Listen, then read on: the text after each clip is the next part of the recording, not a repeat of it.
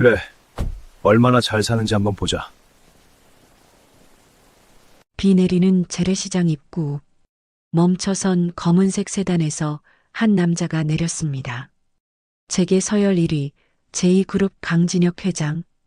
그가 찾아간 곳은 30년 전 가난을 핑계로 자신을 버린 친어머니 앞이었습니다. 그 긴 세월을 버티게 해준 원망, 그리고 성공한 자신의 모습을 보여주기 위해서였죠. 하지만 시장의 안쪽, 낡은 파라솔 아래서 마주한 현실은 참담했습니다. 비에 젖은 채 떨고 있는 초라한 노인. 진혁을 낳아준 친어머니 김순자 씨였습니다. 진혁은 복잡한 심정으로 다가가 말없이 우산을 씌워줬습니다. 갑자기 머리 위로 비가 그치자 순자가 고개를 천천히 들었습니다. 초점 없는 눈으로 한참을 바라보던 그녀가 주름 가득한 얼굴에 환한 웃음을 지으며 입을 열었습니다. 총각, 고마워요. 그 순간 회장의 심장이 쿵 내려앉았습니다. 왜 나를 버렸냐고, 그래서 행복했냐고. 가슴속에 묻어두었던 원망을 쏟아내고 싶었지만 진혁은 말문이 막히고 말았습니다. 어머니의 눈은 30년 만에 만난 아들을 전혀 알아보지 못하고 있었으니까요. 도대체 지난 세월 이들에겐 무슨 일이 있었던 걸까요? 그리고 오늘의 재회 끝에 과연 어떤 내일이 기다리고 있을까요? 그 가슴 시린 진실의 이야기가 시작됩니다.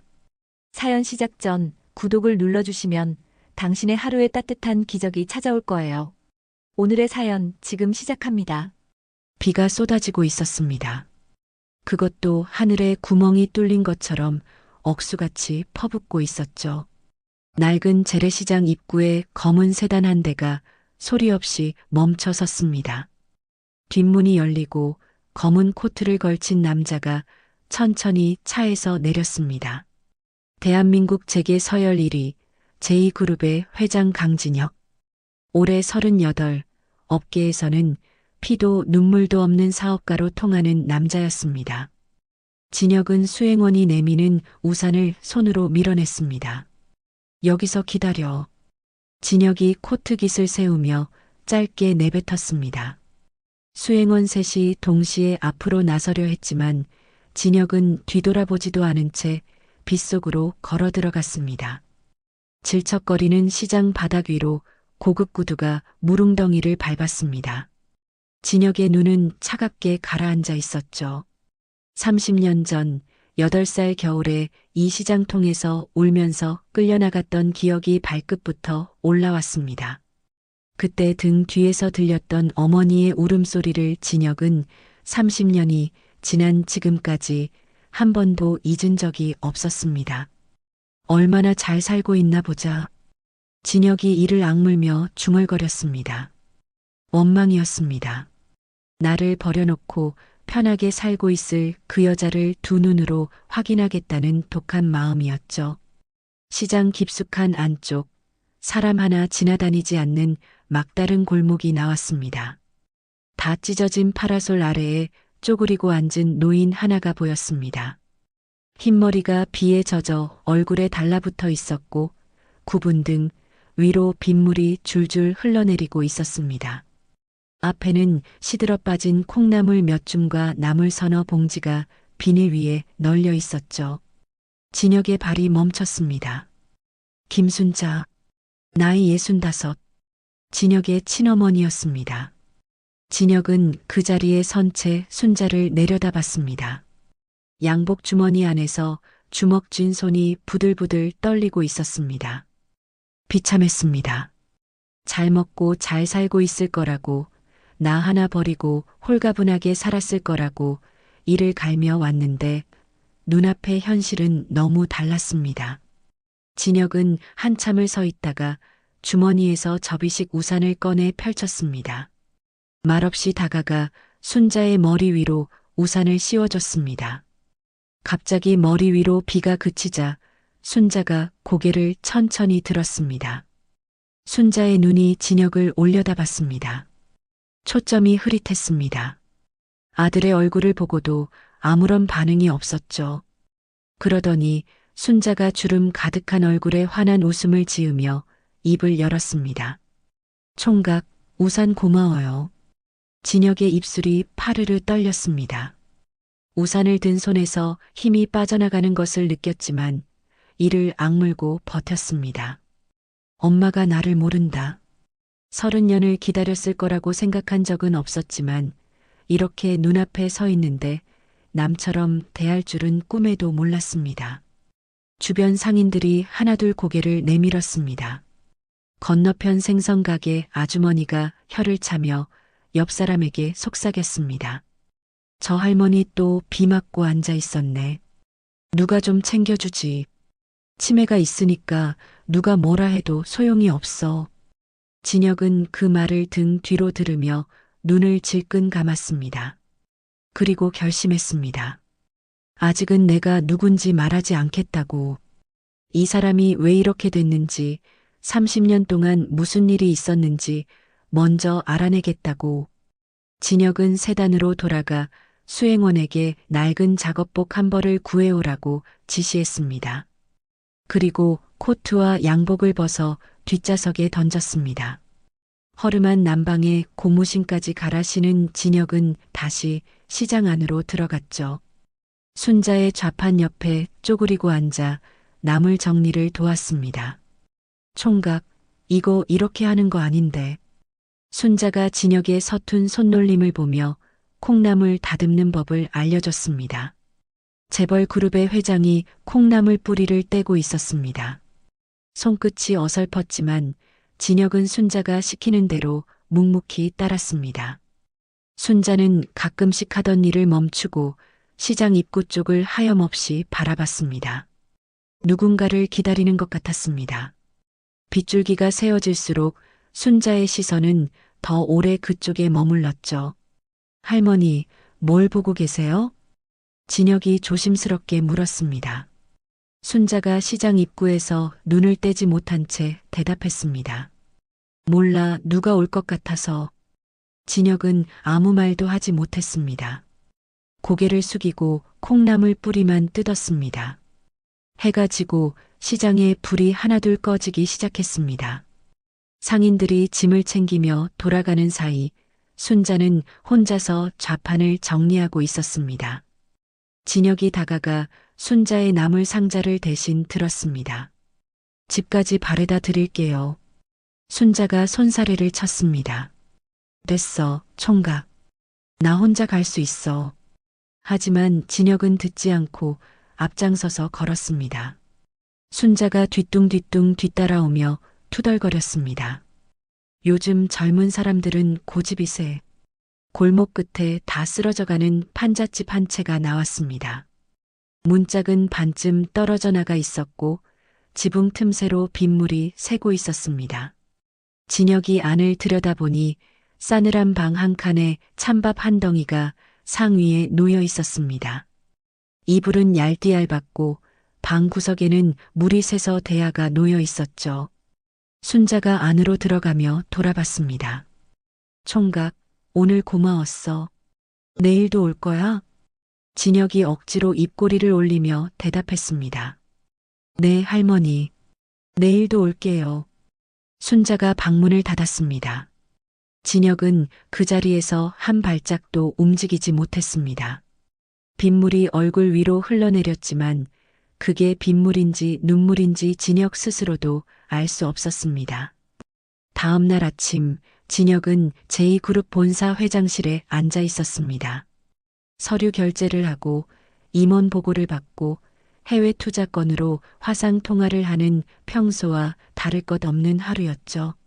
하지만 진혁의 머릿속에는 온통 어젯밤 판잣집의 찬밥 한 덩이가 떠나지 않았습니다.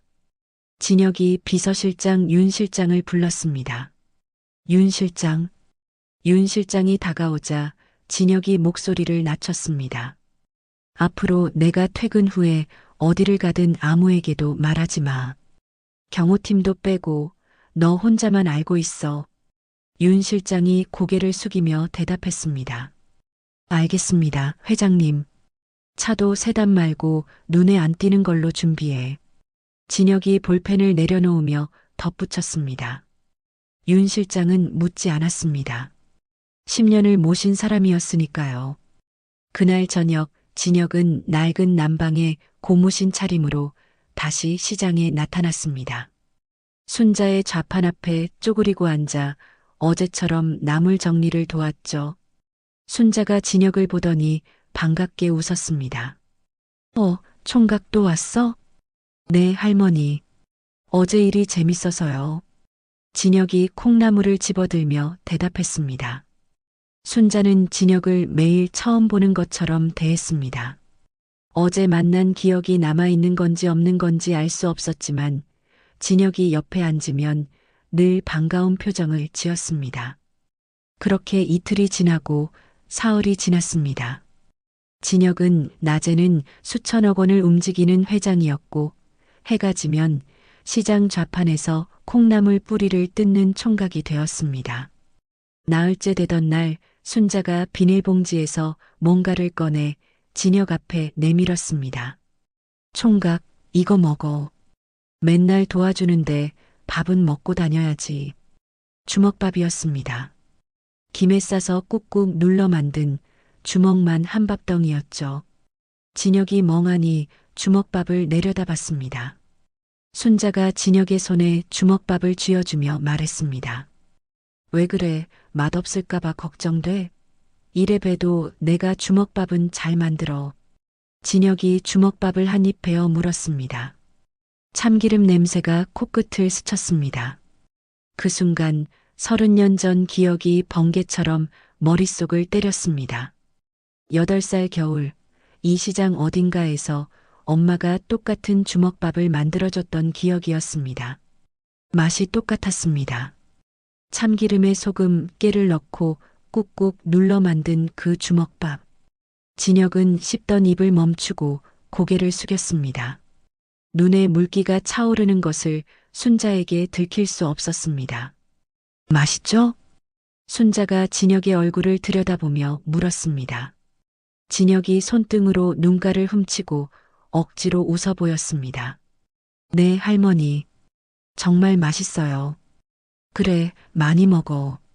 내일도 싸올게. 순자가 진혁의 등을 토닥토닥 두드렸습니다. 재벌가 양부모도 미국의 어떤 사람도 진혁의 등을 이렇게 두드려준 적은 없었습니다. 다음 날 저녁 시장 상인 회장인 오씨 아줌마가 진혁에게 다가왔습니다. 손에 종이컵 커피 2개를 들고 있었죠. 총각, 이거 한 잔 마셔. 오씨 아줌마가 커피를 건네며 순자의 좌판 쪽을 턱으로 가리켰습니다. 저 할머니 매일 도와주는 거 다 보고 있어. 고마운 일이야. 진혁이 커피를 받아들며 물었습니다. 아줌마, 저 할머니가 원래부터 이러셨어요? 오씨 아줌마가 깊은 한숨을 내쉬며 좌판 모서리에 걸터 앉았습니다. 아이고, 그 사연을 어디서부터 말해야 할지.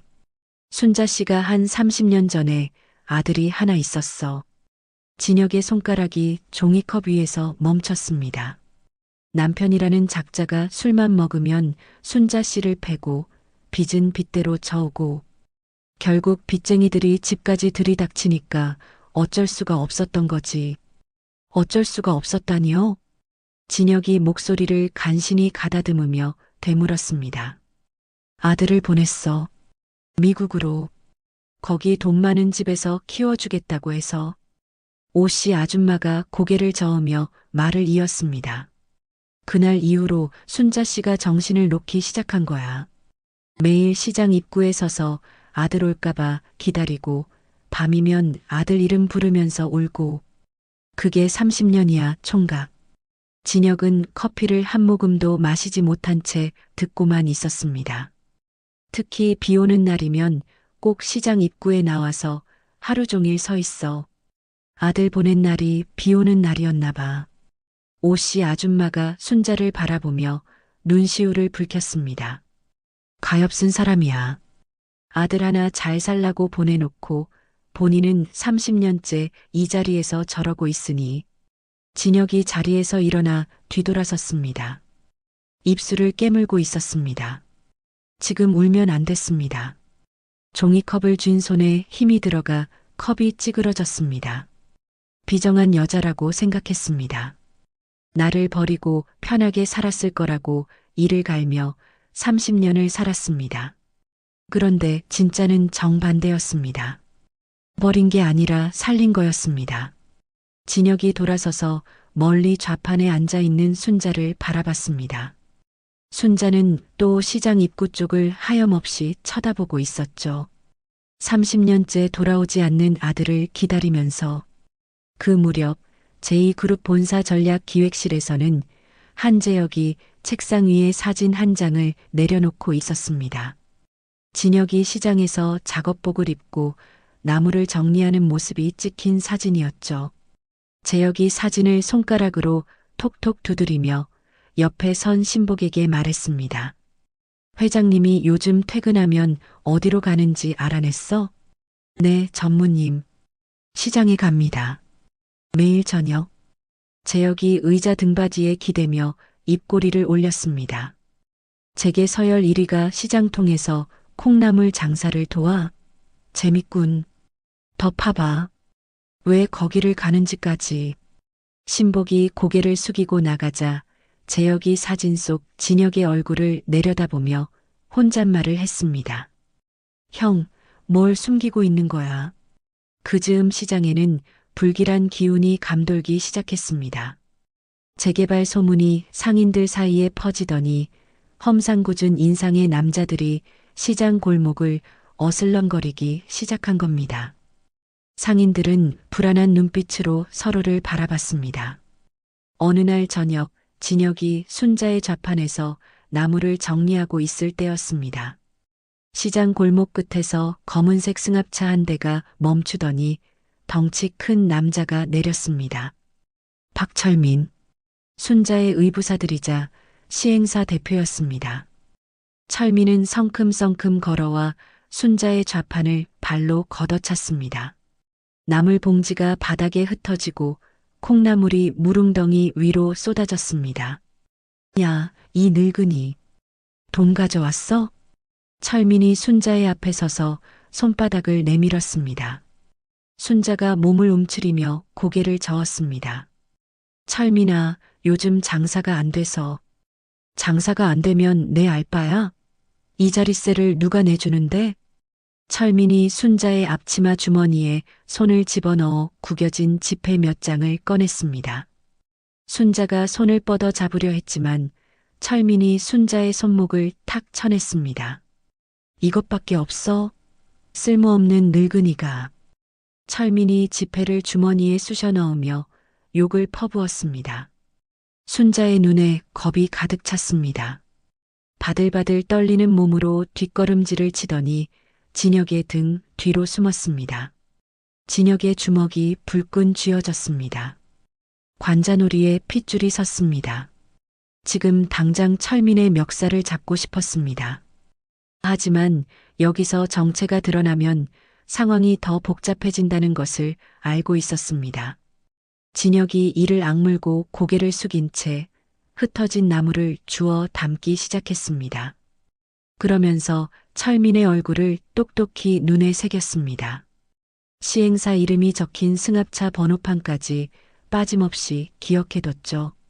철민이 돌아가고 난 뒤 순자가 바닥에 쏟아진 콩나물을 하나하나 주워 담으며 중얼거렸습니다. 괜찮아, 원래 저래. 진혁은 아무 말도 하지 못했습니다. 순자 옆에 나란히 앉아 젖은 나무를 함께 주워 담기만 했습니다. 며칠 뒤 비가 다시 내리기 시작했습니다. 진혁은 시장 파라솔 아래서 순자와 나란히 앉아 나무를 다듬고 있었습니다. 빗줄기가 거세지자 순자의 몸이 눈에 띄게 떨리기 시작했죠. 할머니, 오늘은 일찍 들어가요. 비가 너무 세요. 진혁이 순자의 어깨에 걸쳐둔 수건을 여며주며 말했습니다. 순자가 고개를 저었습니다. 아직 안 돼. 오늘 누가 올 것 같은데. 또 그 말이었습니다. 비만 오면 순자는 시장 입구를 바라보며 같은 말을 했습니다. 진혁은 더 이상 묻지 않고 순자를 일으켜 세웠습니다. 등에 업으려 하자 순자가 손사래를 쳤지만 진혁은 듣지 않았습니다. 할머니, 가만히 계세요. 금방이에요. 진혁이 순자를 등에 업고 빗속을 걸었습니다. 순자의 몸은 놀라울 정도로 가벼웠습니다. 뼈밖에 남지 않은 것 같았죠. 판잣집에 도착한 진혁은 순자를 방에 눕히고 젖은 겉옷을 벗겼습니다. 마른 옷을 찾으려고 장롱문을 열었습니다. 낡은 옷가지 몇 벌 사이로 손이 들어가다가 장롱 깊숙한 곳에서 딱딱한 것이 손끝에 닿았습니다. 라면 상자였습니다. 모서리가 다해지고 테이프로 덕지덕지 붙여놓은 낡은 상자였죠. 진혁이 상자를 조심스럽게 꺼내 바닥에 내려놓았습니다. 뚜껑을 열자 숨이 멎는 것 같았습니다. 편지였습니다. 상자 안에 편지가 빼곡하게 들어차 있었습니다. 수백 통은 되어 보였죠. 봉투에는 하나같이 주소가 적혀 있지 않았습니다. 보낼 곳을 몰랐으니 붙일 수가 없었던 겁니다. 진혁의 손이 떨리기 시작했습니다. 맨 위에 놓인 편지 한 통을 집어들었습니다. 봉투가 누렇게 변색되어 있었죠. 떨리는 손가락으로 편지를 펼쳤습니다. 진혁아. 첫 글자를 보는 순간 진혁의 시야가 흐려졌습니다. 진혁아, 미안하다. 엄마가 잘못했다. 애비한테 맞으면서라도 널 안 보내야 했는데. 내가 떠나던 날 비가 왔다. 내가 차에 타면서 엄마를 돌아봤잖아. 그 눈을 엄마가 못 잊는다. 부디 좋은 사람들 만나서 밥 굶지 말고 행복하게 살아라. 진혁이 편지를 쥔 채 바닥에 주저앉았습니다. 입술을 악물었지만 소용없었습니다. 목구멍 깊은 곳에서 울음이 치밀어 올랐습니다. 다른 편지를 꺼내 펼쳤습니다. 진혁아, 오늘 비가 온다. 비만 오면 내가 울면서 떠나던 뒷모습이 보여서 엄마는 시장 입구에 나가 서 있었다. 혹시 내가 돌아올까봐. 또 다른 편지를 펼쳤습니다. 진혁아, 올해도 내 생일이 지나갔다. 미역국 끓여놓고 혼자 먹었다. 내 몫은 상 위에 올려뒀다. 편지를 넘길수록 글씨가 달라지고 있었습니다. 초반에는 또박또박하던 글씨가 해가 갈수록 비뚤어지기 시작했습니다. 어느 시점부터는 같은 문장이 반복됐습니다. 진혁아 보고 싶다. 진혁아 보고 싶다. 진혁아 보고 싶다. 치매가 진행되면서 글씨가 무너져 내린 흔적이었습니다. 진혁은 더 이상 버틸 수 없었습니다. 편지 뭉치를 가슴에 끌어안고 소리 죽여 울었습니다. 30년 동안 이 여자는 단 하루도 나를 잊지 않았습니다. 버린 게 아니었습니다. 매일매일 붙이지 못할 편지를 쓰면서 비가 오면 시장 입구에 서서 30년을 그렇게 버텨온 겁니다. 방 안에는 진혁의 울음소리만 가득했습니다. 순자는 이불 위에 누운 채 새근새근 잠들어 있었죠. 그때였습니다. 밖에서 쿵쿵거리는 발소리와 함께 고함 소리가 터졌습니다. 야, 문 열어.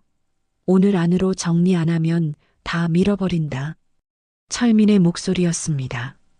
진혁이 편지 상자를 품에 안은 채 벌떡 일어났습니다. 판잣집 문이 발길질에 부서져 나가며 철민과 용역 대여섯 명이 쏟아져 들어왔습니다. 철민은 야구 방망이를 어깨에 걸치고 있었고 뒤따라 들어온 용역들은 쇠파이프를 들고 있었죠. 이 구역 오늘 안으로 비워. 노망난 늙은이 끌어내. 철민이 잠들어 있는 순자를 턱으로 가리키며 소리쳤습니다. 용역 하나가 순자의 팔을 잡아 일으키려 했습니다. 순자가 잠에서 깨어 비명을 질렀습니다. 으악, 누구야? 나 줘. 순자가 팔을 뿌리치며 몸부림쳤습니다. 진혁이 용역의 손목을 낚아채며 앞을 막아섰습니다. 이 사람 손 놔. 진혁의 눈이 차갑게 가라앉아 있었습니다. 철민이 진혁을 위아래로 훑어보며 코웃음을 쳤습니다. 뭐야, 이놈은. 아까 시장에서 어슬렁거리던 그 총각이잖아. 철민이 야구 방망이를 한 손으로 돌리며 진혁에게 다가왔습니다. 어디서 굴러먹던 놈인지 모르겠는데 상관없는 일에 끼어들면 다쳐. 진혁은 한 발짝도 물러서지 않았습니다. 철민의 눈을 똑바로 쏘아보며 입을 열려는 순간 철민의 주머니에서 전화벨이 울렸습니다. 철민이 혀를 차며 전화를 받았습니다. 네, 한 전무님. 지금 현장입니다. 시장 쪽은 제가 알아서 정리하겠습니다. 네. 걱정 마십시오. 진혁의 눈이 미세하게 흔들렸습니다. 한 전무. 제2그룹에서 전무직함에 성의한 씨인 사람은 한 명뿐이었습니다. 철민이 전화를 끊고 다시 진혁을 향해 방망이를 들어 올렸습니다. 비켜. 안 비키면 너부터 정리해 줄게. 진혁이 이를 악물고 맞설 자세를 잡았습니다. 바로 그 순간 진혁의 등 뒤에서 작은 몸이 뛰어나왔습니다. 순자였습니다. 이불을 걷어차고 일어난 순자가 진혁의 앞을 가로막고 두 팔을 벌렸습니다. 순자의 손이 철민의 팔을 필사적으로 움켜잡았습니다. 때리지 마. 순자가 목이 찢어지도록 소리쳤습니다.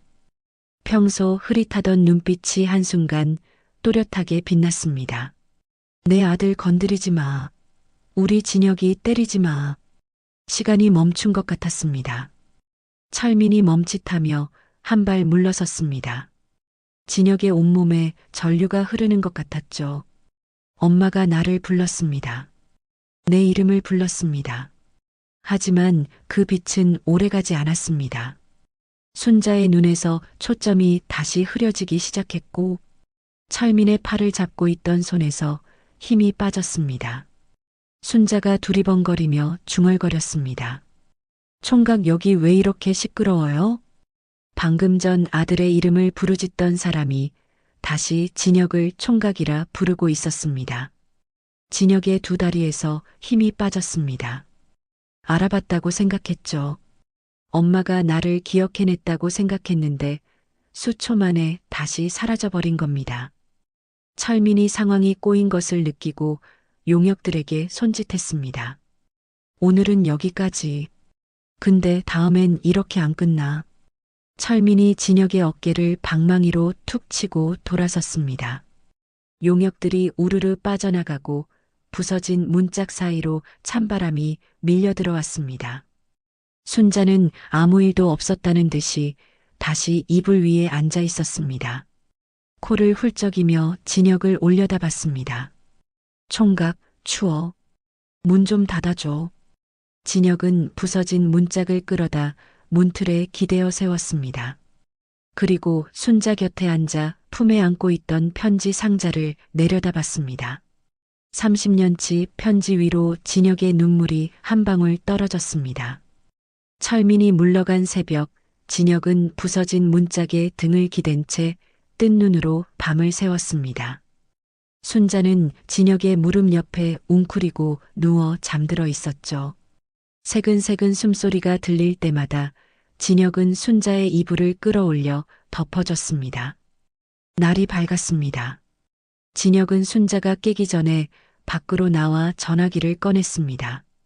새벽부터 기다리고 있던 윤 실장이 첫 번째 신호에 받았습니다. 윤 실장, 지금부터 내가 하는 말 메모해. 진혁의 목소리가 전날과 완전히 달랐습니다. 시장에서 남을 다듬던 총각의 목소리가 아니었습니다. 수천억 원짜리 거래를 결정하는 제2그룹 회장의 목소리였죠. 법무팀 전원 소집해. 그리고 박철민이라는 사람이 운영하는 시행사. 이름은 차번호로 추적하면 돼. 이 회사의 인허가 내역, 자금 흐름, 하도급 계약 전부 다 뒤져. 진혁이 어젯밤 외워둔 승합차 번호를 불러줬습니다. 그리고 경호팀 한 조를 이쪽으로 보내. 눈에 안 띄게 배치하고. 알겠습니다, 회장님. 그런데 한 전무님이 어제부터 회장님 일정을 자꾸 물어보고 있습니다. 진혁의 눈이 가늘어졌습니다. 어젯밤 철민의 전화 통화가 떠올랐습니다. 한 전무님, 양형재 제역이 철민과 연결되어 있다는 것을 이미 감으로 알고 있었지만 아직은 확신할 수 없었습니다. 제역이 묻거든 해외 투자 미팅이 잡혀서 바쁘다고만 해. 진혁이 전화를 끊고 돌아서자 판잣집 문 앞에 순자가 서 있었습니다. 언제 나왔는지 진혁을 물끄러미 올려다보고 있었죠. 총각, 아침 먹었어? 순자가 두 손에 주먹밥 2개를 들고 있었습니다. 어젯밤 용역들에게 끌려 나올 뻔했던 사람이 아침이 되니 아무 일도 없었다는 듯이 주먹밥을 쥐고 서 있었습니다. 진혁이 주먹밥을 받아들며 말했습니다. 할머니, 오늘은 여기서 드세요. 제가 다 챙길 테니까. 무슨 소리야, 시장에 가야지. 오늘 장날인데. 순자가 앞치마를 두르며 성큼 걸어 나갔습니다. 진혁은 그 뒷모습을 보며 입술을 깨물었습니다. 30년을 이렇게 살아온 사람이었습니다. 그날 오후 법무팀의 보고가 올라왔습니다. 철민의 시행사는 인허가 과정에서 서류를 위조한 정황이 있었고 시장 상인들에게 자릿세를 명목으로 금품을 갈취한 사례가 수십 건 확인됐습니다. 거기에 시장 부지 매입 자금의 출처가 불분명했죠. 진혁은 보고서를 훑어보며 윤 실장에게 물었습니다. 자금 출처 어디서 흘러들어온 건지 끝까지 추적해. 꼬리가 잡힐 거야. 모든 준비가 갖춰지고 있었습니다. 하지만 진혁에게는 철민을 잡는 것보다 더 중요한 일이 남아 있었습니다. 저녁이 되자 진혁은 다시 시장으로 갔습니다. 좌판을 정리하고 순자를 판잣집까지 바래다 준 뒤 진혁은 방 안에 마주 앉았습니다. 순자가 방바닥에 앉아 무릎을 주무르고 있었습니다. 진혁이 순자의 손을 잡았습니다. 할머니. 순자가 고개를 들었습니다. 진혁은 품속에서 어젯밤 가져온 편지 한 통을 꺼내 순자 앞에 놓았습니다. 순자가 편지를 내려다봤지만 아무런 반응이 없었습니다. 자기가 쓴 편지인지도 모르는 눈빛이었죠. 진혁이 숨을 깊이 들이마시며 입을 열었습니다.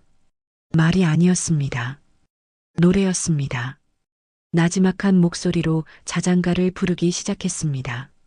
30년 전 이 방에서 엄마가 매일 밤 불러주던 그 자장가였습니다. 어린 진혁이 잠들 때까지 등을 토닥이며 부르던 노래. 가사는 정확히 기억나지 않았지만 멜로디만큼은 30년이 지나도 몸이 기억하고 있었습니다. 순자의 손끝이 미세하게 떨리기 시작했습니다. 무릎 위에 놓여있던 손이 천천히 올라왔습니다. 그때 순자의 눈동자가 흔들렸습니다. 진혁은 노래를 멈추지 않았습니다. 목이 메어 소리가 갈라졌지만 끝까지 불렀습니다. 노래가 끝났을 때 순자의 손이 진혁의 얼굴로 향했습니다. 거칠고 갈라진 손가락이 진혁의 이마를 더듬고 코를 지나 왼쪽 볼에서 멈췄습니다. 손끝이 작은 흉터 위에 닿았습니다. 순자의 입술이 떨리기 시작했습니다. 여기 부엌에서 넘어져서 다쳤는데 진혁의 심장이 멈추는 것 같았습니다. 엄마가 없고 병원에 뛰어갔는데 순자의 흐릿한 눈에서 눈물이 흘러내렸습니다. 초점이 서서히 맞춰지고 있었습니다. 진혁이. 순자가 떨리는 목소리로 그 이름을 불렀습니다. 진혁이 순자의 손을 두 손으로 감싸쥐며 대답했습니다. 네, 어머니. 저 진혁이에요. 그때 어머니가 없고 병원 뛰어가셨잖아요. 비 오는 밤에 맨발로 뛰어가셨잖아요.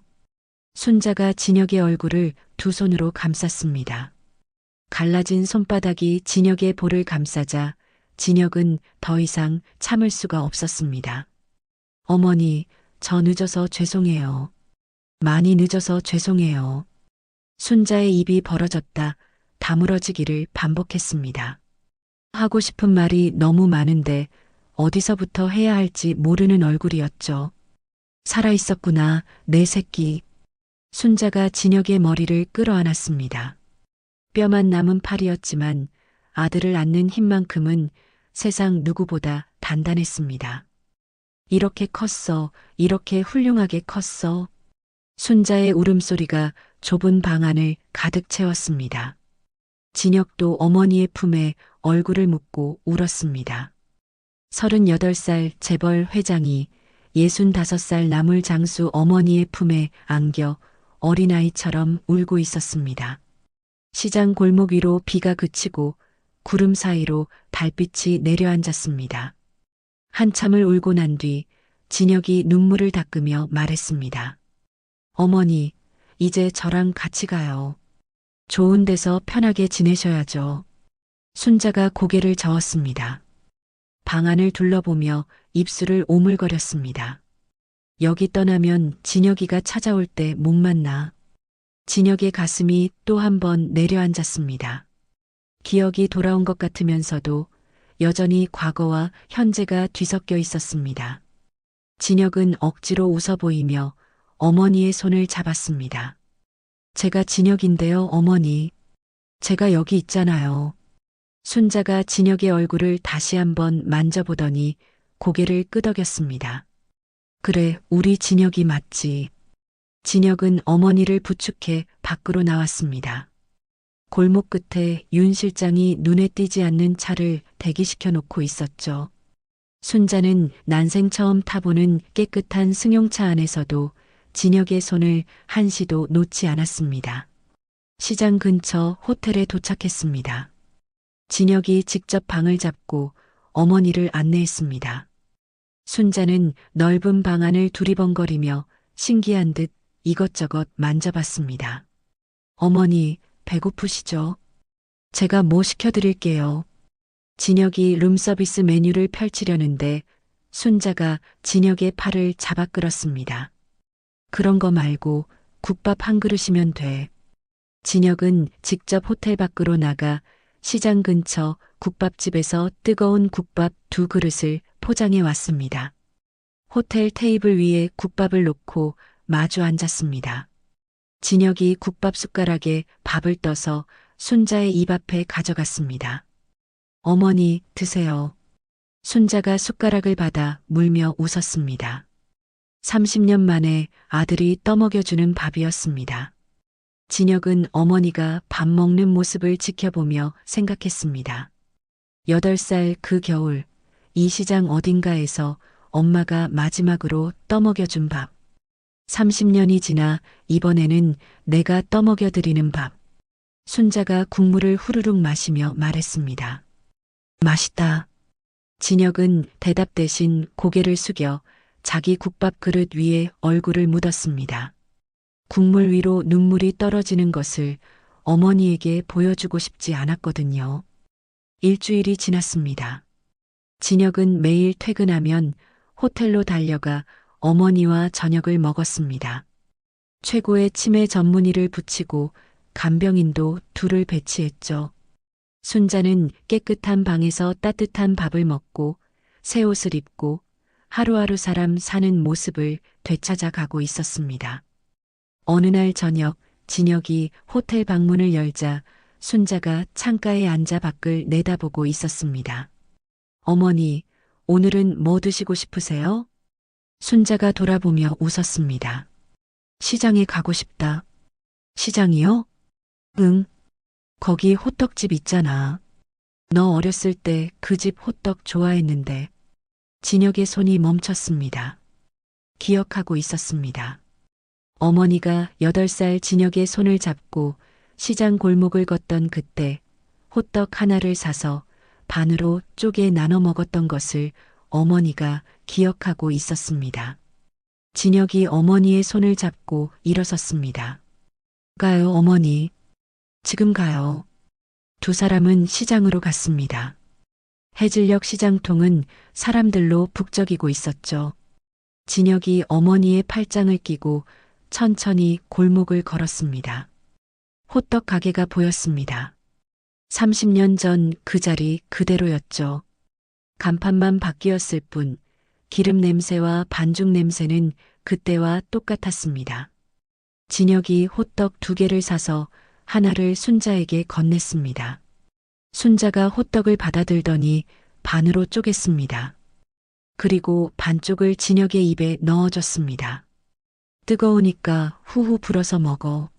30년 전에도 똑같은 말을 했었습니다. 진혁은 호떡을 씹으며 고개를 돌렸습니다. 눈물이 나올 것 같아서였죠. 시장 상인들이 하나둘 몰려들었습니다. 순자가 깨끗한 옷을 입고 건강한 얼굴로 아들 팔짱을 끼고 걸어오는 모습을 보며 입을 벌렸습니다. 오씨 아줌마가 달려와 순자의 손을 덥석 잡았습니다. 순자 씨, 이게 얼마만이야? 얼굴이 이렇게 좋아졌어? 순자가 진혁을 가리키며 말했습니다. 내 아들이야. 오씨 아줌마가 진혁을 위아래로 훑어보며 눈을 동그랗게 떴습니다.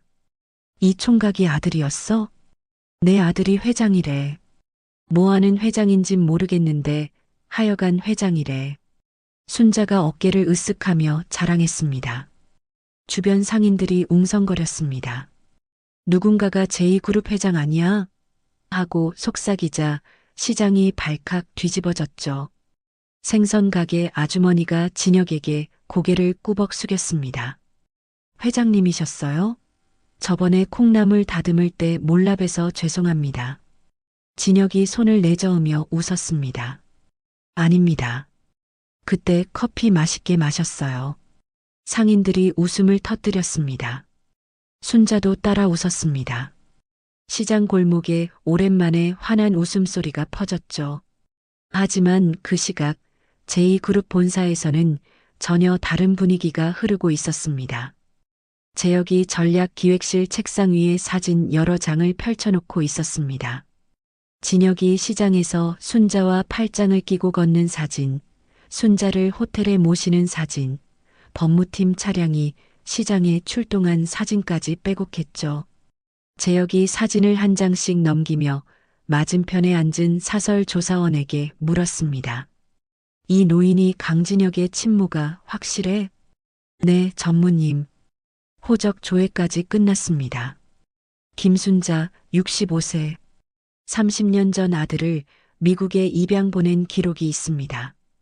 재혁이 의자 등받이에 몸을 기대며 천장을 올려다봤습니다. 입꼬리가 천천히 올라갔습니다. 재계 서열 1위 회장의 친어머니가 시장 나물 장수 치매 노인이라. 이거 기사 한 방이면 주가가 박살나겠는데. 재혁이 서랍에서 명함 한 장을 꺼냈습니다. 경제지 기자의 명함이었죠. 재혁이 명함을 손가락 사이에 끼우며 전화기를 집어들었습니다. 박 기자, 나야. 특종 하나 줄까? 제2그룹 강진혁 회장 관련인데 만나서 얘기하지. 전화를 끄는 재혁이 책상 위 사진 속 진혁의 얼굴을 내려다보며 중얼거렸습니다. 형, 미안하다. 사업은 원래 이런 거야. 다음 날 아침 포털 사이트 메인에 기사가 떴습니다. 제2그룹 강진혁 회장, 출생의 비밀. 시장 나물 장수가 침모. 기사에는 진혁이 시장에서 찍힌 사진과 순자의 좌판 사진이 나란히 실려 있었습니다. 주가가 곤두박질 쳤습니다. 개장 2시간 만에 시가총액이 수천억 원 증발했죠. 주주들의 항해 전화가 비서실로 쏟아졌습니다. 재혁이 즉시 임시 이사회를 소집했습니다. 이 사진 앞에서 서류를 나눠주며 입을 열었습니다. 회장이 회사 법무팀과 경호팀을 사적으로 동원하고 시장 나물 장수를 호텔에 모시면서 회사 자원을 유용하고 있습니다. 주가 폭락의 원인도 회장의 이러한 행보 때문이고요. 주주총회를 열어 해임안을 상정하겠습니다. 이사들이 술렁이기 시작했습니다. 그 시각 호텔에서는 순자가 TV 뉴스를 보고 있었습니다. 화면에 아들의 얼굴이 나오고 있었죠. 앵커가 출생의 비밀 경영 위기라는 단어를 쏟아냈습니다. 순자의 얼굴이 하얗게 질렸습니다. 간병인이 리모컨을 빼앗으려 했지만 순자는 놓지 않았습니다. 화면을 뚫어지게 바라보던 순자가 자리에서 벌떡 일어났습니다. 옷장을 열고 시장에서 입던 낡은 옷을 꺼내 입기 시작했습니다. 간병인이 달려와 말렸습니다. 어머님, 어디 가세요? 회장님이 오실 때까지 기다리세요. 안 돼. 나 때문에 우리 아들이 망하고 있어. 나는 가야 돼. 순자가 신발을 신으며 현관으로 향했습니다. 간병인의 손을 뿌리치고 문을 열려는 순간 문 밖에 진혁이 서 있었습니다. 진혁은 어머니의 차림새를 보고 모든 것을 알아챘습니다. 뉴스를 봤구나. 떠나려고 했구나. 어머니, 어디 가세요? 순자가 고개를 숙였습니다. 입술이 바들바들 떨리고 있었죠. 진혁아, 엄마가 옆에 있으면 내가 힘들어지잖아. 엄마는 시장으로 돌아갈게. 그래야 내가 편하지. 진혁이 어머니의 두 어깨를 잡았습니다. 어머니, 저한테는 어머니가 약점이 아닙니다. 순자가 고개를 저으며 진혁의 손을 떼어내려 했습니다. 아니야, 뉴스에서 그러는데. 나 때문에 회사가. 어머니. 진혁이 단호한 목소리로 말을 끊었습니다. 어머니가 여기 계셔야 제가 싸울 이유가 있는 겁니다. 어머니 없으면 그 회사가 무슨 소용이에요. 순자의 눈에서 눈물이 흘러내렸습니다. 진혁이 어머니를 안으로 들여보내고 신발을 벗겨드렸습니다. 어머니는 여기서 저녁 드시고 계세요. 제가 다 해결하고 올게요. 진혁이 양복 안주머니를 두드렸습니다. 그 안에는 어머니가 쓴 편지 한 통이 들어 있었죠. 진혁은 호텔 문을 나서며 윤 실장에게 전화를 걸었습니다. 주총 일정 잡혔어? 내일 오전 10시입니다, 회장님. 진혁이 엘리베이터 버튼을 누르며 말했습니다. 준비된 거 다 가져와. 내일 끝낸다. 다음 날 오전 10시 제2그룹 본사 대강당에 주주들이 빼곡히 들어차 있었습니다. 정문 앞에는 취재진이 카메라를 들이밀고 있었고 로비에서부터 술렁임이 가라앉지 않았죠. 재혁은 단상 위에 서서 여유로운 표정으로 이 사진을 둘러봤습니다. 준비한 대로였습니다. 주주들의 불안감은 충분히 높아져 있었고 해임안이 통과될 가능성은 높았죠. 대강당 뒷문이 열렸습니다. 진혁이 들어섰습니다. 양복상의 단추를 잠그며 묵직한 걸음으로 통로를 걸어왔죠. 주주석에서 수군거리는 소리가 파도처럼 퍼졌습니다. 재혁이 마이크를 잡고 입을 열었습니다. 주주 여러분, 오늘 이 자리를 마련한 이유를 말씀드리겠습니다. 재혁이 손짓하자 대형 스크린에 사진이 떴습니다. 진혁이 시장에서 작업복을 입고 나무를 정리하는 모습, 순자를 호텔에 모시는 모습, 법무팀 차량이 시장에 출동한 모습이 차례로 넘어갔습니다. 이것이 대한민국 재계 서열 1위 기업 회장의 최근 행보입니다. 회사 법무팀과 경호팀을 사적으로 동원하고 시장 나물 장수 노인을 고급 호텔에 모시면서 수억 원의 회사 자금을 유용했습니다. 재혁이 주주석을 돌아보며 목소리를 높였습니다. 이분이 누구냐면 강진혁 회장의 친모입니다. 시장에서 나무를 파는 치매 노인이 우리 그룹 회장의 어머니라는 사실, 주주 여러분은 알고 계셨습니까? 웅성거림이 커졌습니다. 몇몇 주주가 고개를 내저었고 앞줄에 앉은 기관 투자자 대표가 인상을 찌푸렸습니다. 저는 회장의 자격이 없는 사람에게 더 이상 회사를 맡길 수 없다고 판단했습니다. 따라서 강진혁 회장의 해임안을 상정합니다. 재혁이 서류를 들어보이며 말을 마쳤습니다. 박수를 치는 이사가 두세 명 있었고 나머지는 눈치를 살피고 있었죠. 진혁이 자리에서 일어났습니다. 대강당이 조용해졌습니다. 진혁은 서두르지 않았습니다. 단상까지 천천히 걸어 올라가 마이크 앞에 섰습니다. 한재혁 전무가 보여드린 사진 다 맞습니다. 주주석이 다시 술렁였습니다. 부인할 줄 알았던 사람들이 당황한 눈빛을 보냈죠. 저는 8살 때 미국으로 입양됐습니다. 진혁이 담담한 목소리로 말을 이어갔습니다. 친어머니는 남편의 빚과 폭력 속에서 저를 살리기 위해 보낼 수밖에 없었습니다. 양부모 밑에서 자랐지만 친자식이 아니라는 벽은 한 번도 사라진 적이 없었고 저는 그 벽을 넘기 위해 이를 악물고 여기까지 올라왔습니다. 대강당이 고요했습니다. 기침 소리 하나 나지 않았죠. 30년 만에 찾아간 어머니는 치매에 걸려 저를 알아보지 못했습니다. 제가 우산을 씌워드렸더니 이렇게 말씀하셨어요. 진혁이 잠시 말을 멈췄습니다. 입술을 한번 깨물고 다시 열었습니다. 총각 고마워요. 대강당 여기저기서 숨을 들이쉬는 소리가 났습니다. 앞줄에 앉은 여성 주주 한 명이 손으로 입을 가렸죠. 저는 그날부터 정체를 숨기고 어머니 곁을 지켰습니다. 그게 회사 자원을 유용한 거라면 저는 그 죄를 인정합니다. 진혁이 주주석을 천천히 둘러봤습니다. 하지만 주주 여러분께 한 가지만 여쭙겠습니다. 자기 어머니도 지키지 못하는 사람이 여러분의 자산을 지킬 수 있겠습니까? 대강당이 잠시 침묵에 잠겼습니다. 진혁이 양복 안주머니에서 접힌 종이 한 장을 꺼냈습니다. 누렇게 변색된 편지였죠. 진혁이 편지를 펼쳐 한 구절을 읽었습니다. 진혁아, 비가 오면 우산 꼭 챙겨라. 엄마가 옆에 없으니까. 진혁의 목소리가 한순간 갈라졌습니다. 하지만 금방 추슬러 고개를 들었죠.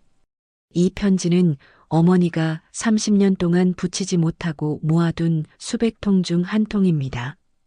보낼 주소를 몰라서 한 통도 붙이지 못한 채 라면 상자에 넣어두셨습니다. 대강당이 무거운 침묵에 가라앉았습니다. 기관 투자자 대표가 고개를 숙였고 옆자리 주주가 눈시울을 붉혔습니다. 진혁이 편지를 접어 안주머니에 다시 넣으며 목소리를 바꿨습니다. 부드러움이 사라지고 날이 선 어조가 돌아왔죠. 이제 다른 이야기를 하겠습니다. 진혁이 리모컨을 들어 스크린 화면을 전환했습니다. 숫자와 표가 빼곡한 자료가 떴습니다. 이건 한재혁 전무가 지난 3년간 전략기획실 명의로 집행한 자금 내역입니다. 이 중 상당액이 박철민이라는 사람이 운영하는 시행사로 흘러들어갔습니다. 재혁의 얼굴에서 여유가 사라졌습니다. 입술이 굳어지는 것이 보였죠.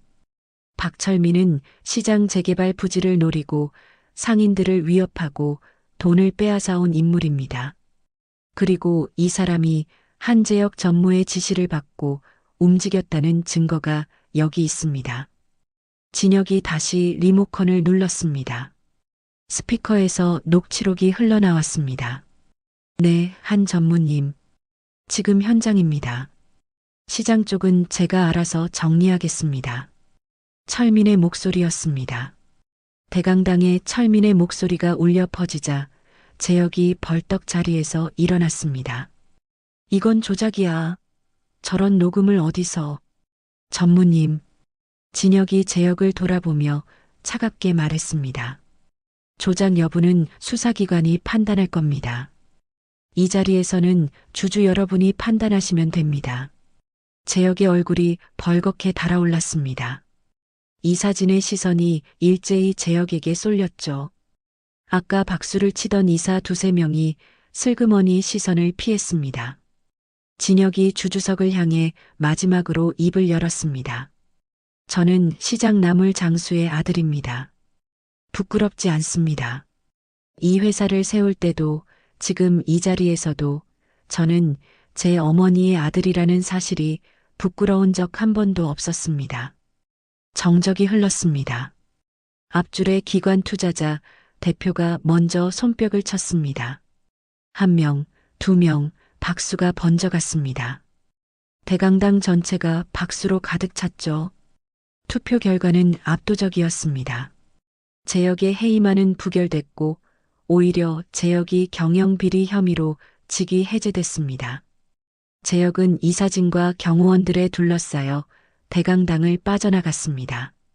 나가면서 한 번도 뒤를 돌아보지 않았죠. 진혁은 주총이 끝나자마자 호텔로 달려갔습니다. 방문을 열자 순자가 소파에 앉아 TV를 보고 있었습니다. 화면에는 주총 결과 속보가 나오고 있었죠. 진혁이 어머니 앞에 무릎을 꿇고 앉으며 웃었습니다. 어머니, 이겼습니다. 순자가 고개를 갸우뚱했습니다. 뭘 이긴 거야? 그냥 다 이긴 거예요. 진혁이 어머니의 두 손을 잡으며 대답했습니다. 순자는 무슨 뜻인지 정확히 이해하지 못하는 눈빛이었지만 아들이 웃고 있으니 따라 웃었습니다. 우리 진혁이가 웃으니까 좋다.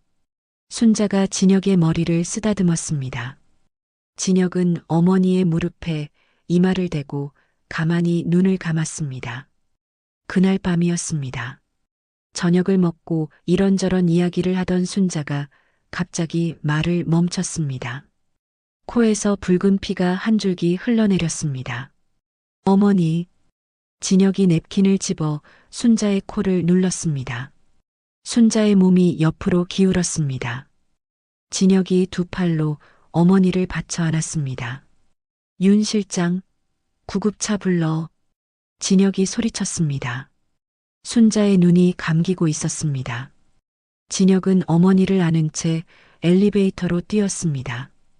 병원 응급실에 도착했을 때 순자는 의식이 없었습니다. 의료진이 순자를 급히 안으로 데려갔고 진혁은 응급실 문 앞에서 발을 동동 굴렀습니다. 1시간이 지나고 2시간이 지났습니다. 담당 의사가 응급실 문을 열고 나왔습니다. 진혁이 달려갔습니다. 어머니 어떻습니까? 의사가 진혁의 어깨를 잡으며 조심스럽게 입을 열었습니다. 회장님, 어머님의 몸이 많이 약해져 있습니다. 오랜 세월 영양 상태가 좋지 않으셨고 치매도 빠르게 진행되고 있어서 몸 곳곳이 버티질 못하고 있습니다.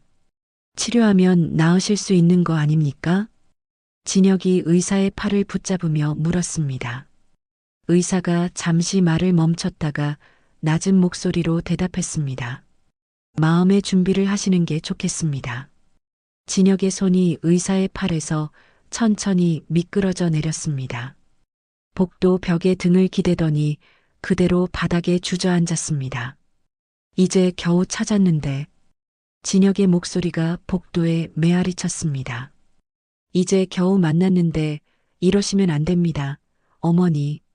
새벽 병원 복도에 진혁의 울음소리만 남았습니다. 진혁은 병원 복도에서 밤을 새우고 아침을 맞았습니다. 의사가 회진을 마치고 나오자 진혁이 앞을 막아섰습니다. 세계 어디든 좋습니다. 최고의 전문가를 데려와 주십시오. 비용은 얼마든지 내겠습니다. 의사가 잠시 망설이다 입을 열었습니다. 회장님, 솔직히 말씀드리겠습니다. 어머님의 몸은 30년 넘게 제대로 드시지 못하고 쉬지 못한 세월이 쌓인 겁니다. 어떤 치료도 그 세월을 되돌리기는 어렵습니다. 진혁의 주먹이 떨렸습니다. 입술을 깨물고 서 있는데 병실 안에서 순자의 목소리가 들려왔습니다. 진혁아. 진혁이 병실 문을 열고 들어갔습니다. 순자가 침대에 비스듬히 기대앉아 창밖을 바라보고 있었습니다. 얼굴이 어제보다 더 창백해져 있었죠. 어머니, 좀 어떠세요? 이리 와봐. 순자가 침대 옆을 손으로 톡톡 쳤습니다.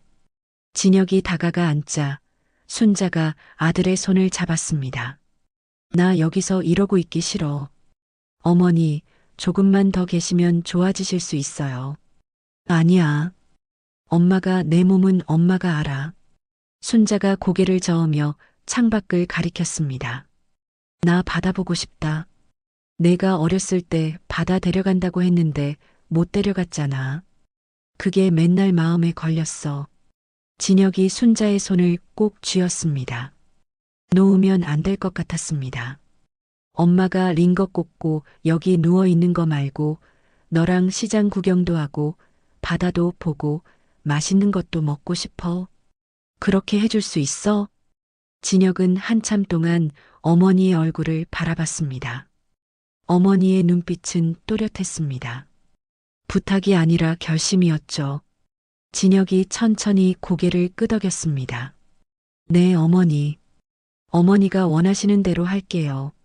순자의 얼굴에 웃음이 번졌습니다. 그래, 그게 좋지. 진혁은 병실을 나와 윤 실장에게 전화를 걸었습니다. 회사 일은 박 부사장한테 맡겨. 당분간 내가 자리를 비울 거야. 회장님, 지금 주총 직후라 대외적으로. 윤 실장. 진혁이 말을 끊었습니다. 내 어머니한테 남은 시간이 많지 않아. 회사는 나 없어도 돌아가지만 어머니는 나밖에 없어. 윤 실장이 전화 너머에서 한참 아무 말도 하지 못했습니다. 알겠습니다, 회장님.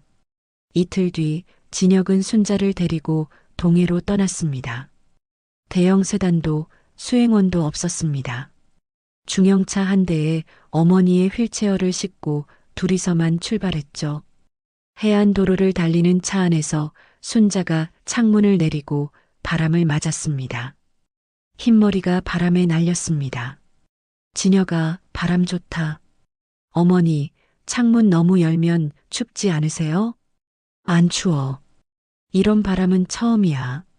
순자가 눈을 감고 웃었습니다.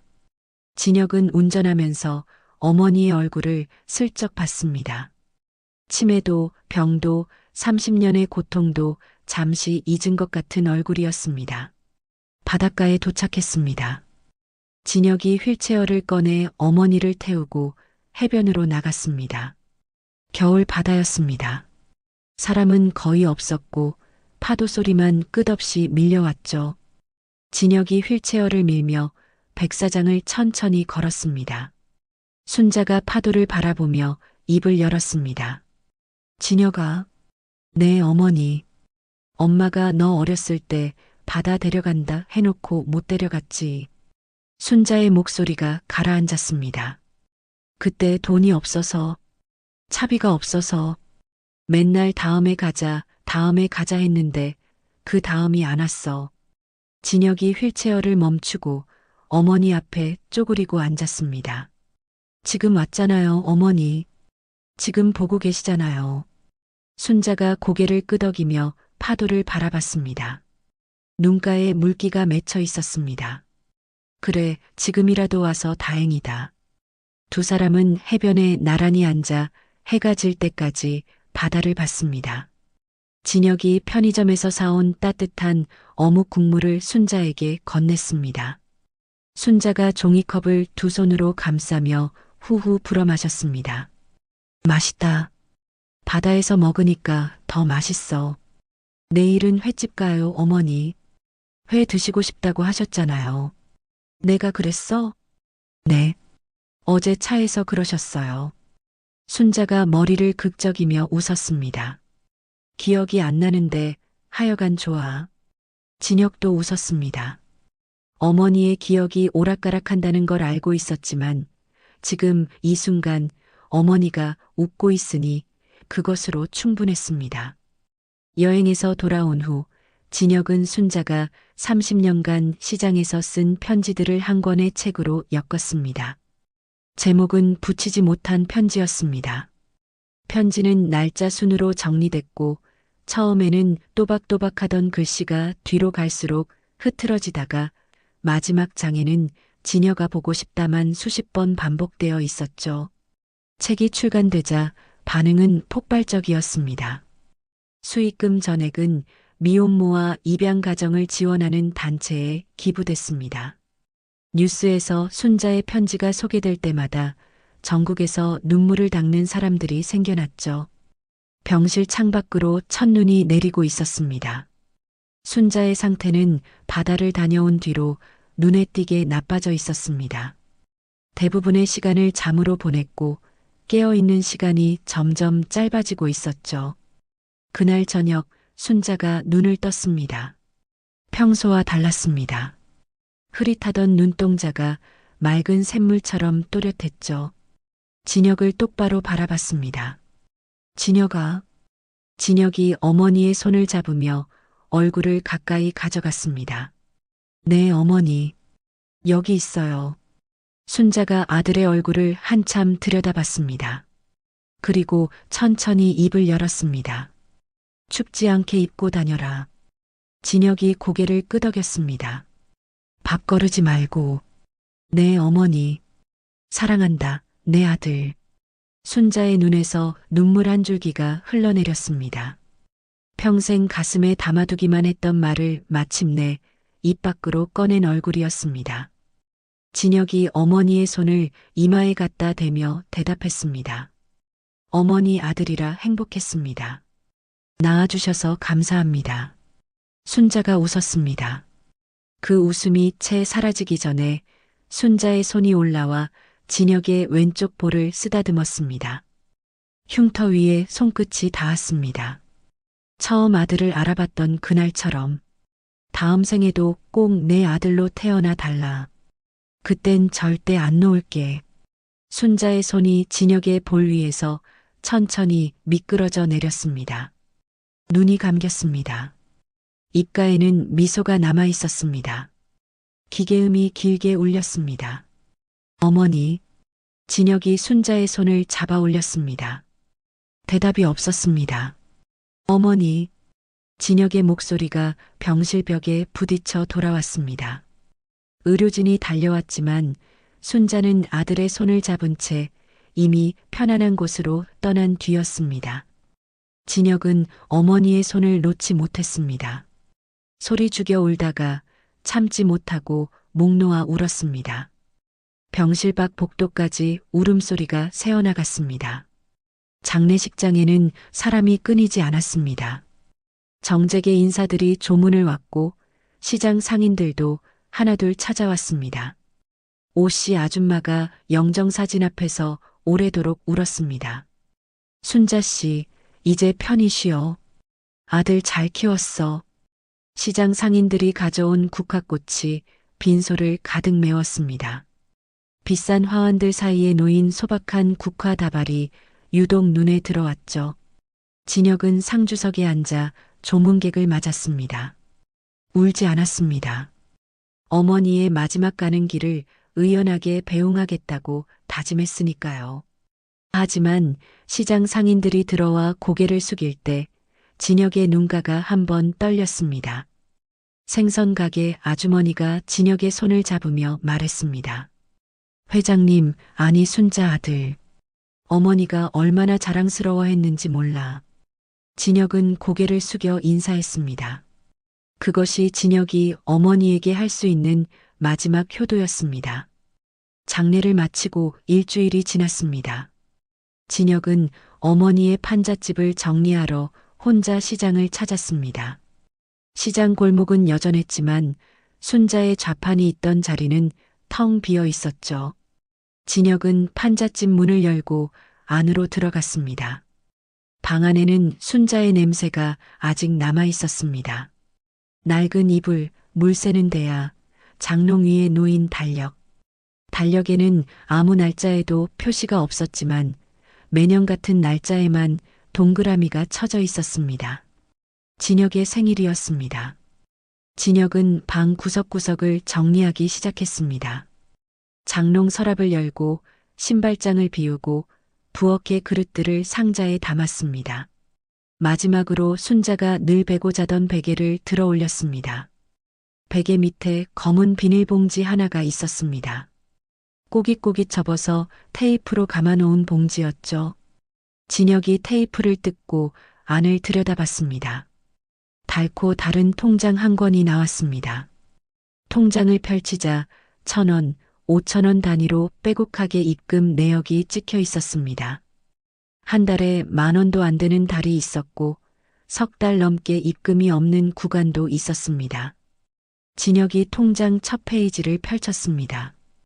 빈 공간에 삐뚤빼뚤한 글씨가 적혀 있었습니다. 우리 진혁이 장가갈 때 보탰어라. 엄마가 해줄 수 있는 게 이것밖에 없어서 미안하다. 진혁은 통장을 들고 있는 손을 가누지 못했습니다.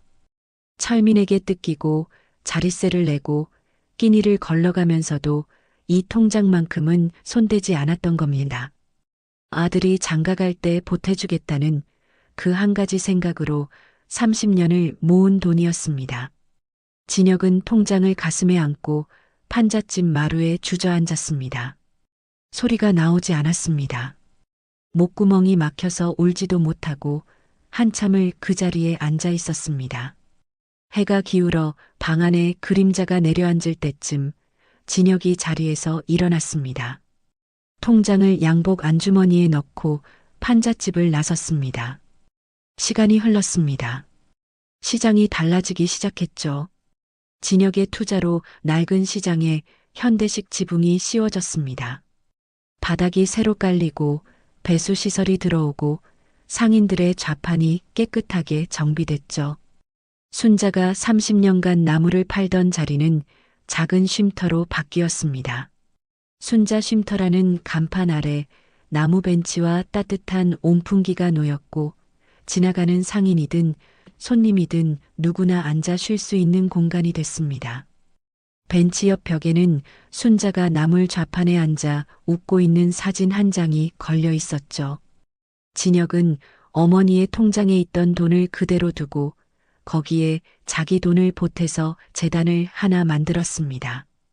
거창한 발표도 기자회견도 없었습니다. 그냥 가난 때문에 학교를 못 다니는 아이들, 부모 곁을 떠나야 하는 아이들을 조용히 찾아가 학비를 대주고 밥을 챙겨주고 필요한 것을 채워주는 재단이었죠. 재단 이름은 순자 희망 장학재단이었습니다. 진혁은 회사에 복귀했습니다. 달라진 게 있었습니다. 예전에 진혁은 냉철하기만 한 사업가였지만 돌아온 진혁은 직원들의 이름을 먼저 불렀고 구내식당에서 밥을 같이 먹었고 야근하는 직원에게 직접 커피를 건넸습니다. 직원들은 처음에 어리둥절했지만 곧 진심으로 진혁을 따르기 시작했죠. 봄이 왔습니다. 재단에서 지원하는 첫 번째 아이를 만나는 날이었습니다. 편부모 가정에서 자라 학비를 내지 못해 학교를 그만둘 뻔했던 17살 소녀였죠. 진혁이 소녀에게 장학 증서를 건넸습니다. 소녀가 증서를 받아들고 고개를 숙였습니다. 감사합니다. 진혁이 소녀의 어깨를 토닥이며 말했습니다. 공부 열심히 해. 내 엄마한테 효도하고. 소녀가 울먹이며 고개를 끄덕였습니다. 진혁은 소녀가 돌아가는 뒷모습을 보며 하늘을 올려다봤습니다. 비가 오는 날이었습니다. 진혁은 우산 하나를 들고 시장을 찾았습니다. 순자 쉼터 벤치에 앉아 어머니가 늘 바라보던 시장 입구를 바라봤습니다. 빗소리가 시장 지붕을 두드렸습니다. 오씨 아줌마가 종이컵 커피를 들고 다가왔습니다. 순자 아들 또 왔어? 네, 아줌마. 비 오면 자꾸 발이 여기로 와요. 오씨 아줌마가 커피를 건네며 벤치에 나란히 앉았습니다. 순자 씨가 그랬잖아. 비 오면 아들이 올 것 같다고. 이제는 진짜로 아들이 오네. 진혁이 커피를 한 모금 마시며 웃었습니다. 어머니를 떠올리면 이제 가슴이 먹먹하기보다 따뜻해지는 쪽이 더 많아졌습니다. 시장 식당에 들어가 나물 비빔밥 한 그릇을 시켰습니다. 어머니가 팔던 그 나물로 만든 비빔밥이었죠. 한 숟가락 떠서 입에 넣자 참기름 냄새가 코끝을 스쳤습니다. 어머니의 주먹밥과 같은 냄새였습니다.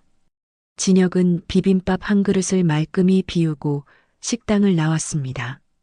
비가 그쳐 있었습니다. 구름 사이로 햇살이 내려왔습니다. 진혁은 차를 몰고 도시 외곽의 수목장으로 향했습니다. 순자가 묻힌 나무 아래에 도착했습니다. 진혁은 양복 주머니에서 접힌 편지 한 장을 꺼냈습니다. 어머니가 붙이지 못한 수백 통의 편지 중 마지막 한 장, 그 뒤에 진혁이 직접 쓴 답장이었습니다. 진혁이 편지를 나무 앞에 놓으며 입을 열었습니다. 어머니, 저 잘 지내고 있어요. 밥도 잘 먹고 옷도 따뜻하게 입고 다닙니다. 바람이 불어 편지 끝자락이 살랑 흔들렸습니다. 어머니가 보내지 못한 편지 제가 다 읽었어요. 한 통도 빠짐없이요. 이제 제가 답장을 쓸게요. 진혁이 나무를 올려다보며 웃었습니다. 어머니 덕분에 이제야 진짜 살고 있습니다. 다음 생에도 꼭 어머니 아들로 태어날게요. 바람이 한번 크게 불었습니다. 나뭇잎이 바스락거리며 흔들렸죠.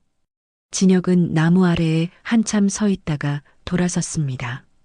주차장을 향해 걸어가는 진혁의 뒷모습 위로 햇살이 내려앉았습니다. 양복 안주머니에는 여전히 어머니의 낡은 통장이 들어 있었습니다. 세상에서 가장 무거운 통장이었습니다. 시장 한쪽 벽 순자 쉼터 옆에는 액자 하나가 걸려 있었습니다. 30년 전 젊은 순자가 어린 진혁을 등에 업고 시장 좌판 앞에 서서 환하게 웃고 있는 흑백 사진이었습니다. 사진 아래에는 작은 글씨가 적혀 있었죠. 이 이야기를 부모의 사랑을 잊지 못하는 모든 자녀에게 바칩니다. 오늘 들려드린 이야기 어떠셨나요? 30년 만에 만난 어머니와 아들의 사연을 전해드리면서 저도 내내 가슴이 먹먹했습니다. 가난이 죄라서 내 새끼 굶기지 않으려고 눈물을 머금고 품 안의 자식을 떠나보내야 했던 그 처절한 심정을 감히 헤아려 봅니다. 비가 쏟아지는 날이면 혹여나 자식이 돌아올까봐 기억을 잃어가면서도 시장 어귀를 떠나지 못했던 어머니의 마음. 그리고 그 어머니를 원망하면서도 결국 사무치는 그리움에 무릎 꿇을 수밖에 없었던 아들의 마음이 여러분께도 깊이 전해졌으리라 믿습니다. 누군가를 기다리는 마음은 때로 말보다 오래 남고 늦게 도착한 사랑도 결국은 닿는다는 걸 이 이야기가 보여준 것 같습니다. 오늘 영상이 가족을 떠올리게 했다면 잠깐이라도 안부를 묻고 따뜻한 말 한마디 건네보셨으면 좋겠습니다. 끝까지 시청해주신 모든 분들께 진심으로 감사드립니다. 오늘 이야기가 가슴에 와닿으셨다면 잘 들었다고 따뜻한 댓글 하나만 남겨주세요. 여러분의 삶에 늘 행복과 사랑이 가득하기를 진심으로 응원하겠습니다. 감사합니다.